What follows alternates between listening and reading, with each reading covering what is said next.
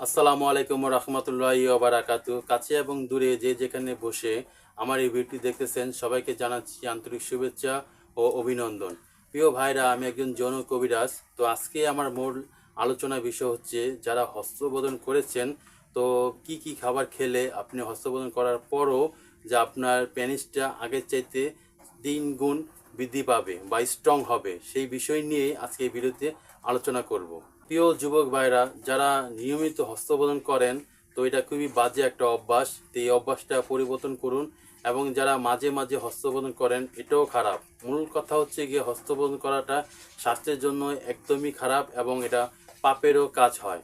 তাই হস্তবোধন করা একেবারে শেষ করে দিন। আর যারা হস্তবোধন করেছেন, তো এখন ভাবতেছেন যে কি করবেন, কি খাবেন, কি খেলে আপনার যৌবন শক্তি বৃদ্ধি পাবে, লিঙ্গ স্ট্রং হবে, তো যে লিঙ্গটা বাঁকা হয়ে গেছে এবার কীভাবে সোজা হবে, কোন খাবারের মাধ্যমে, তো বিভিন্ন ধরনের টেনশন করতেছেন। তো আজকে আমি আপনাদের কয়েকটা পুষ্টিকর খাবারের কথা বলবো, যে পুষ্টিকর খাবারটা যদি আপনি নিয়মিত করে খেতে পারেন তাহলে অবশ্যই আপনার হস্তবোধন করার পরও আপনার পেনিসটা আগের থেকে বেশি স্ট্রং হয়ে দাঁড়াবে। সর্বপ্রথমে আমি যে ভিটামিনের কথা বলবো তা হচ্ছে আনার। প্রতিদিন রাতে আপনি অল্প পরিমাণ হলো এই আনার খাবেন এবং দুধ, ডিম যদি পারেন তাহলে এগুলো খাবেন। তবে অবশ্যই মধু খাওয়ার অভ্যাস করে নেবেন। প্রতিদিন রাতে শোয়ার আগে অন্তপক্ষে 1 চামচ হলো মধু খেয়ে নেবেন, কারণ মধুর গুণাগুণ অনেক বেশি, যা এই ভিডিওতে বলে শেষ করা যাবে না। যদি পারেন মধুর সাথে অল্প পরিমাণ কালিজিরা খাবেন। প্রিয় ভাইরা, চিন্তা করবেন সব সময় যাতে আপনি চিন্তা মুক্ত থাকেন, সেই দিকে খেয়াল রাখতে হবে।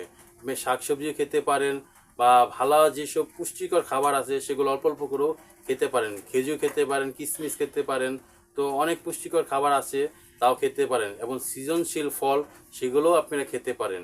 এবং কোনো প্রকারে দুশ্চিন্তা করা যাবে না, রেস্টে থাকতে হবে। এবং যদি পারেন প্রতিদিন সকালবেলা অন্তপক্ষে আধা ঘন্টা ব্যায়াম করবেন।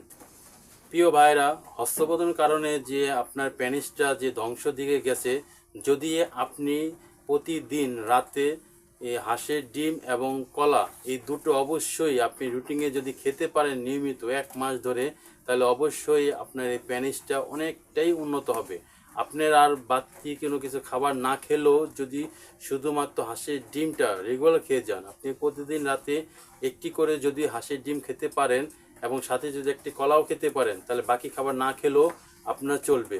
তো এইভাবে খাওয়ার অভ্যাসটা করে যান প্রায় 15 থেকে 20 দিন বা 1 মাস 1.5 মাস, যেহেতু যাই লাগুক, তবে আপনি অবশ্যই উন্নতির দিকে যাবেন। আপনার পেনিসটা অবশ্যই অনেক উন্নত হবে। ভাইয়েরা, ভিডিওটি আর লম্বা করছি না, তবে ভিডিওটি শেষ করার আগে বরাবর কী কথাই বলতে চাই যে পুষ্টিকর খাবার বেশি বেশি করে খান, তাহলে আপনার শরীরটা অনেক উন্নত হবে।